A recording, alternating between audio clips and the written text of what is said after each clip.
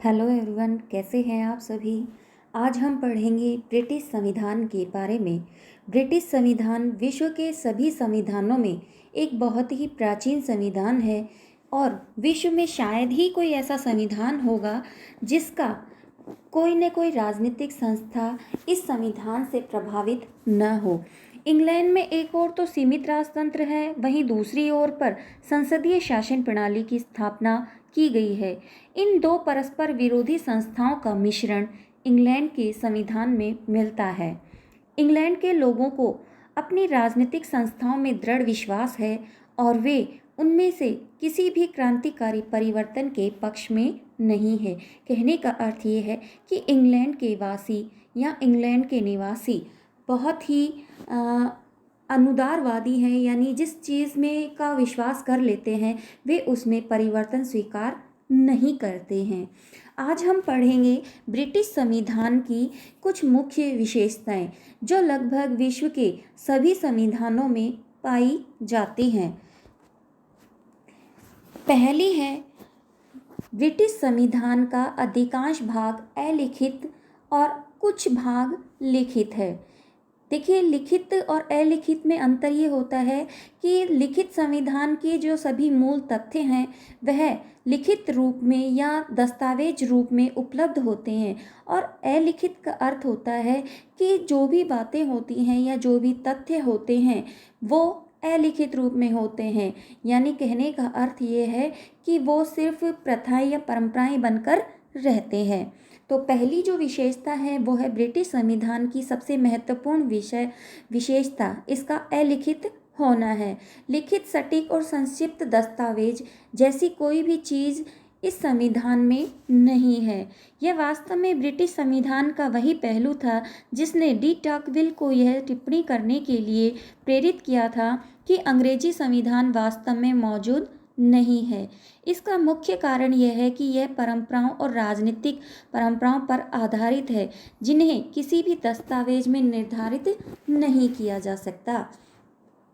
दूसरी विशेषता है कि ब्रिटिश संविधान विकासवादी है।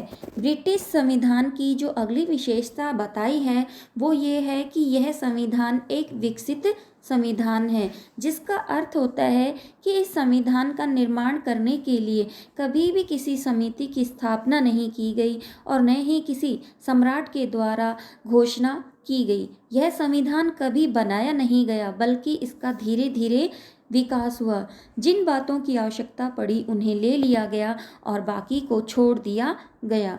कई बार इसमें लोगों द्वारा जानबूझकर परिवर्तन किए गए और कई बार इसमें अपने आप ही परिवर्तन हो गए और आरंभ से लेकर आज तक इस संविधान का निरंतर विकास हो रहा है।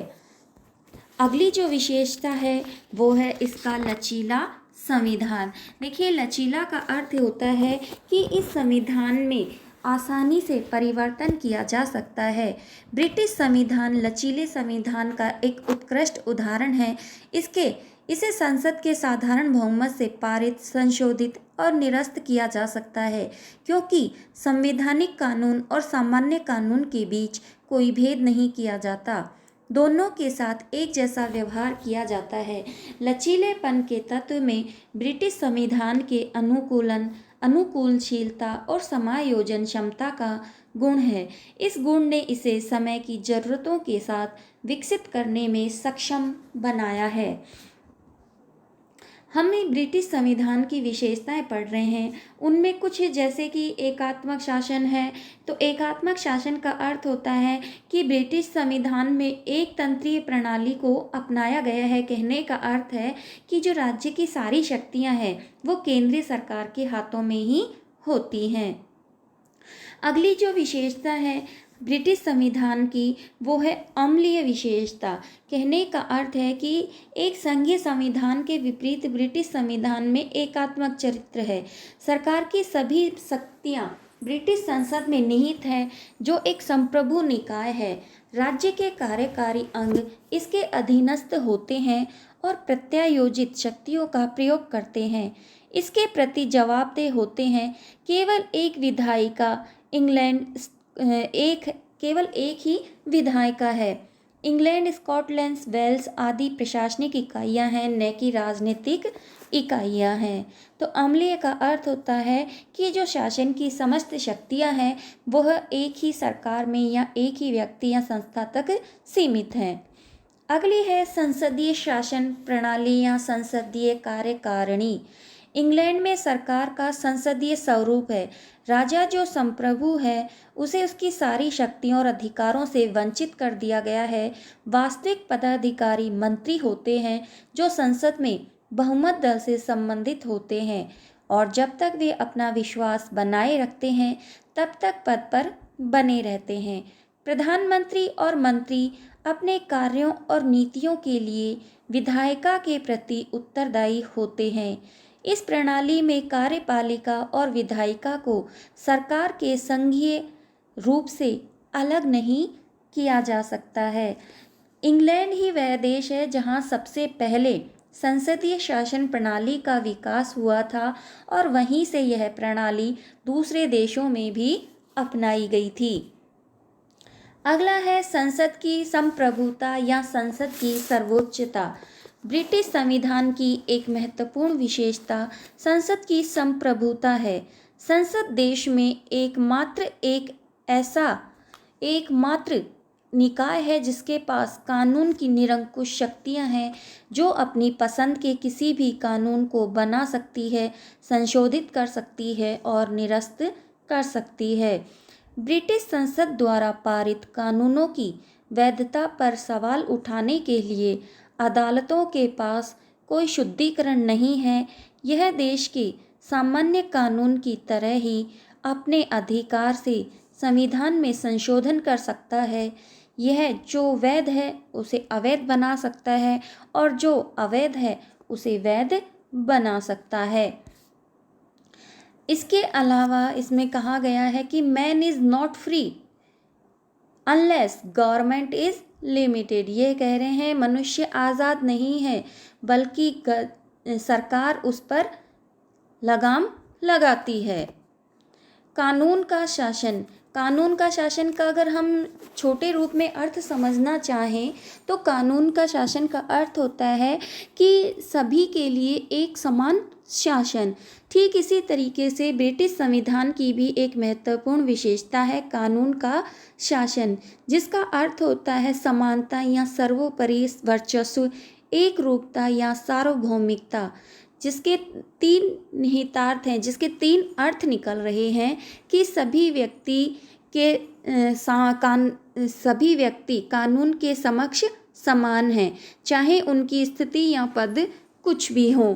यह सिद्धांत कानून की सर्वोच्चता पर जोर देता है, न कि किसी व्यक्ति की सर्वोच्चता पर।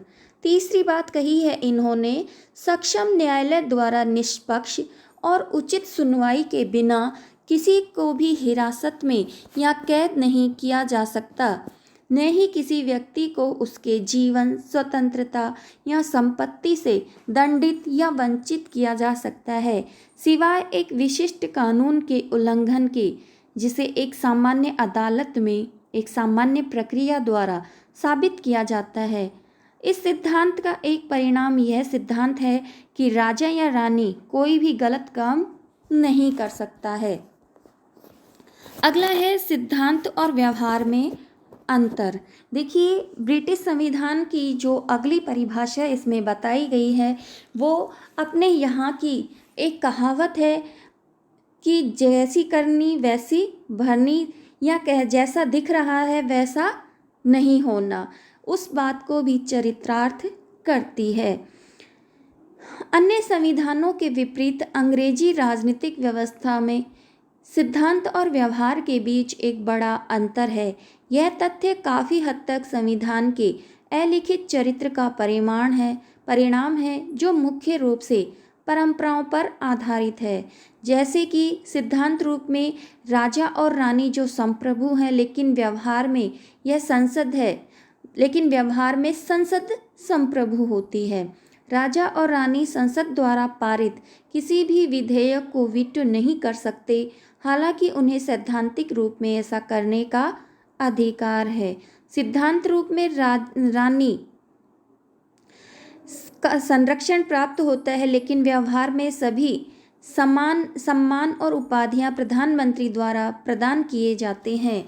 यह लॉर्ड सेकी की इस टिप्पणी को भी सही ठहराता है कि सिद्धांत का ब्रिटिश संविधान में वास्तविकताओं से कोई संबंध नहीं है।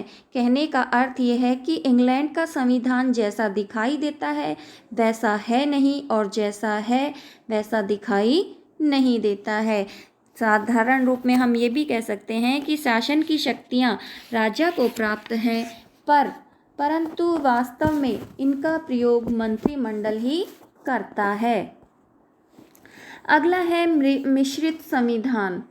मिश्रित संविधान ब्रिटिश संविधान की जो अगली विशेषता बताई गई है वो यह है कि इसमें राजतंत्र, कुलीन तंत्र और लोकतंत्र का शानदार मिश्रण देखने को मिलता है। सम्राट यहाँ पर राजतंत्र का प्रतिबिंब है और उसका पद पैतृक है। लाड़ सदन कुलीन तंत्र का प्रतिनिधि है, जिसमें देश के लाड़ और कुलीन वर्ग के लोग बैठते हैं। कॉमन सदन लोकतंत्र का प्रतीक है, जिसमें देश की जनता द्वारा प्रत्यक्ष रूप से निर्वाचित सदस्यों को प्रथम स्थान प्राप्त होता है। कहने का अर्थ ये है कि हाउस ऑफ लॉर्ड्स का अस्तित्व एक ऐसा विचार देता है कि इंग्लैंड में एक प्रकार की कुलीन सरकार है या अमीर वर्गों की सरकार होती है। हाउस ऑफ कॉमन में इस देश में एक महत्वपूर्ण लोकतंत्र के वास्तविक कामकाज को दर्शाता है, लेकिन इन सभी विविध राजनीतिक तत्वों को पूर्ण प्रतिनिधि लोकतंत्र के अंतिम प्रभाव को उत्पन्न करने के लिए एक खूबसूरती के साथ जोड़ा जाता है। एक government big enough to give you everything you want is strong enough to take everything you have. Thomas Jefferson ने ये बात कही है। सम्मेलनों की भूमिका संविधान के अलिखित चरित्र के लिए एक आवश्यक परिणाम यह है कि सम्मेलन ब्रिटिश राजनीतिक व्यवस्था में एक महत्वपूर्ण भूमिका निभाते हैं। उदाहरण के लिए, रानी के पास संसद द्वारा पारित किसी भी उपाय पर सहमति देने से इनकार करने का विशेष अधिकार है, लेकिन परंपरा के अनुसार वह ऐसा कर नहीं सकती, और वहीं संविधान का एक कठोर सिद्धांत बन गया है। फिर भी रानी कैबिनेट की सलाह के खिलाफ भी नहीं जा सकती है। इसी तरह ऐसी अनेक परंपराएं हैं जिनमें कानून का कोई बल नहीं है, फिर भी उनका पालन किया जाता है। न्यायपालिका की स्वतंत्रता। ब्रिटिश संविधान की जो अगली विशेषता बताई गई है वो है न्यायपालिका की स्वतंत्रता।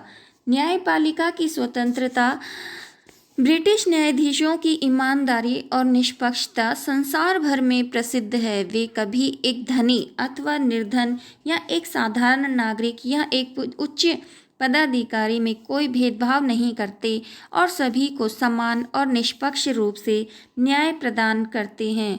वहाँ पर न्यायाधीश कार्यपालिका के नियंत्रण से पूर्ण रूप से मुक्त हैं। वे सभी ब्रिटिश नागरिकों के अधिकारों के अभिरक्षक हैं। संवैधानिक सुधार अधिनियम 2005 के द्वारा इंग्लैंड में एक सर्वोच्च न्यायालय की व्यवस्था की गई है।